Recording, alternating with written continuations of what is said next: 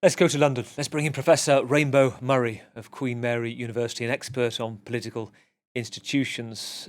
Great to have you on the programme, Rainbow. Great to see you. First of all, just give me your thoughts today, just watching some of this coverage, the live images from the size of these demonstrations, the authorities saying hundreds of thousands of people expected today, whether this is a surprise to you, given the week we've had. No, it's not a surprise. For the first time, there is a genuine threat that the far right might actually get into power. It's something that people have worried about in previous occasions when there was a far right candidate in the second round of the presidential election, but that candidate was never going to win. This time, we're now looking at a scenario where the far right are projected to be the largest party in parliament. And whilst there is growing support for the far right, there is still a sizable chunk of the French population that is desperate not to see them come into power. And so this is a reaction against that. And this is a scenario that no one could have foreseen a week ago. It's been sprung on people as a huge surprise. And so people are trying to find a way to express their discontent. It's really interesting. You talk about people, the spontaneity of the moment, people on the left, particularly saying this is not.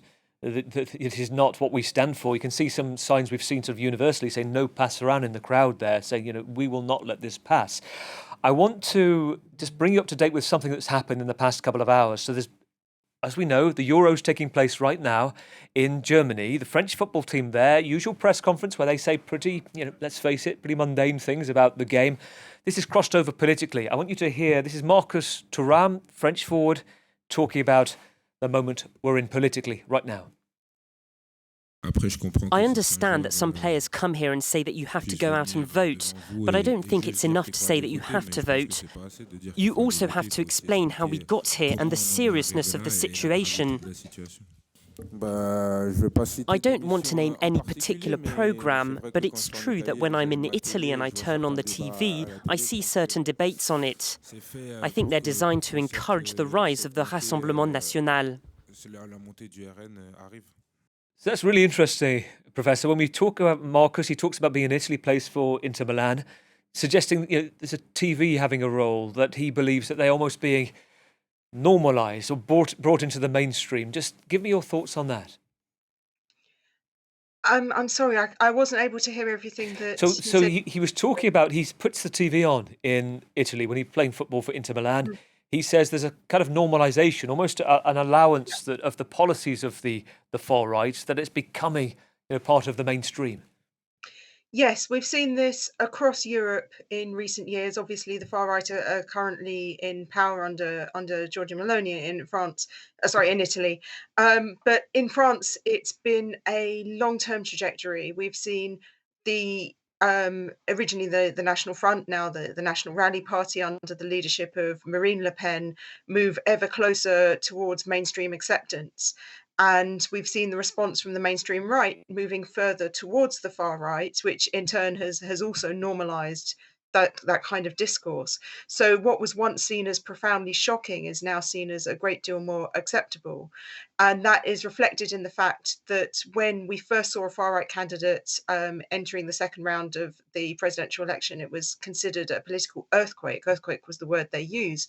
80% of the country rallied around a candidate they didn't especially care for to block the far right. And we are seeing much less resistance to it now as it has become something much more accepted. And for those who still don't accept those words, that's really frightening. You mentioned Giorgia Meloni. Giorgia Meloni doing very well in the European elections. Brothers of Italy party, part of the European Conservatives and Reformists. So they're described as the hard right, sort of populist nationalists. Then you have the far right, Marine Le Pen's party, in the grouping of the what they call identity and democracy in the European groupings. How would you differentiate between the hard right and the far right? It's a question of semantics. And even within one particular party, you get quite a lot of diversity. So elements at the moment of what Le Pen is offering could arguably be called sort of the hard right rather than the far right, precisely because she's trying to become more acceptable. Whereas some of what comes out of Maloney's party, people would argue, is not hard right but far right. It's about the willingness to accept democracy and political institutions. It's about attitudes towards Europe, towards immigration.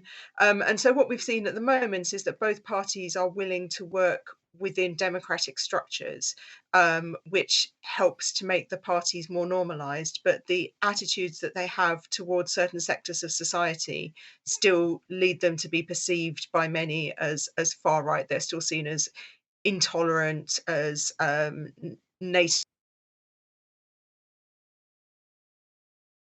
and first over people of immigrant origin. And that's what we traditionally associate with far right. We lost you for a moment there, Professor Murray, but we have got you back. The signals sorted itself out. I want to stay with you because it is really interesting to explore a bit further this. Because also, on flip reverse, those who aren't protesting today, that increase in voters, supporters of the National Rally, we're not talking about the days of, the previous party, the National Front, where we had a lot of, the racists, frankly, voting for them and under Jean-Marie Le Pen. There are a lot of people who voted centre-right parties on the left as well that have gone across. How do you explain those who've, the sort of people who are moving there and what it is that's moved them there? It's two things. The first is the sincere efforts of the party to go through a process that they've called de-demonization or detoxification to make themselves more acceptable to voters. We've seen changes in leadership. At the moment, the party is led by a young, charismatic leader, Jordan Bardella, who's managed to win over a new wave of voters who have forgotten some of the or never aware of some of the toxicity of Jean-Marie Le Pen. But it's also, I think, a failure of the alternative political offerings that we saw profound change in French politics in 2017 when Macron came to power. We saw the collapse of the mainstream left and the mainstream right, and we ended up with a party of the centre facing off against the far left and the far right. People have now become very disillusioned with Macron and his party of the centre, and so they're now wondering, where do we turn?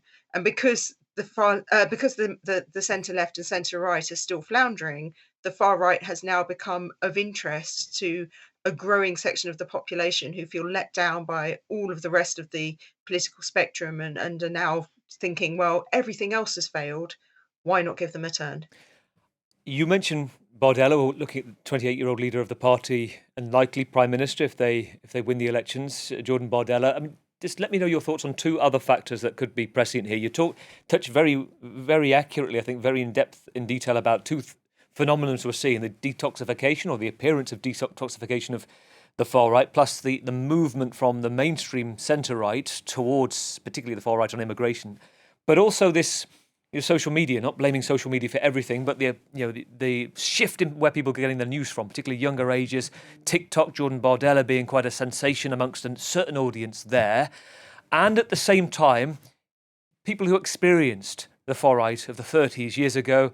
Well, the people of the modern generations, it's history.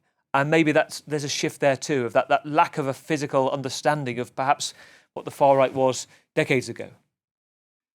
Yes, I think that's true. I think the far right has managed to renew its appeal to a younger generation that maybe hasn't grown up fearing the idea of the far right as something associated with totalitarian regimes and acts of extremism. And the party has definitely tried to embrace that. It's tried to make itself more accessible, more acceptable. And it's tried to reach out to these audiences in a way that perhaps some of the political mainstream has struggled to do, like you say, sort of through new technologies. It's really gone through a massive rebranding process, and it's benefited, I think, from the fact that this party has never actually been in power. They've never had to stand the test of being in power where you get held accountable for every mistake. So it's easy for them to promise the moon. And they've tried to broaden their appeal. They've become, for example, more relaxed on issues like gay rights. They've engaged in what we call feminationalism, which is where you sort of try to make yourself the savior of women's rights against foreign cultures, which is a way of trying to make racism more acceptable by sort of trying to rebrand it as defending French women. They've tried to become almost left wing in some of their social policies by sort of promoting things like social housing for people in difficulty, but it's still with a far right twist, because it's still for French natives over other people. But they've really worked hard to try and find new ways to connect with the electorate, and they're now reaping the rewards of that. Just one final thought from you. The position that Emmanuel Macron is in now, and his strategists, his team, his SPADs, special advisors around him at the time, when he gave that announcement on the Sunday and said he hoped that parties of the Republic could unite with him, which hasn't happened. The left have come together, the right have tried. It's kind of fracturing. There's a drama every day over that. What do you see? If you were a strategist for Macron right now, what would you be thinking? Macron's entire political career so far has pretty much been based on making himself the alternative to the far right, whilst all the other parties have been unable to provide any alternative. So it's been a strategy of divide and conquer. That the far right is this big scary thing that people won't vote for, and the other parties are too divided amongst themselves, and so Macron is the only logical alternative. And up until now, that strategy has worked, because the left have been perpetually divided and have been unable to offer any kind of alternative, and the right have been squeezed by Macron on one side and the far right on the other, to a point where they're now floundering. So the left have actually woken up to this, and they are now really trying to unite and present an alternative rather than Macron to the far right. But the problem is, even today, they're starting to show some cracks, as you commented on earlier, that some candidates have been reselected who shouldn't have been, others have been deselected. So it's really incumbent on the left now to try and overcome their perpetual bickering and see if they can offer a challenge to Macron. If they can't, and Macron is always counted on the fact that they can't, then he will try to offer, I think, himself as the only alternative to the far right, and try once again to bring together those on the moderate right and on the moderate left. But he has been so tarnished by an unpopular presidency, especially the last 2 years, that he may have overestimated his ability to pull that off. Rainbow, really good to talk to you. Professor Rainbow Murray, expert on political institutions at Queen Mary University in London.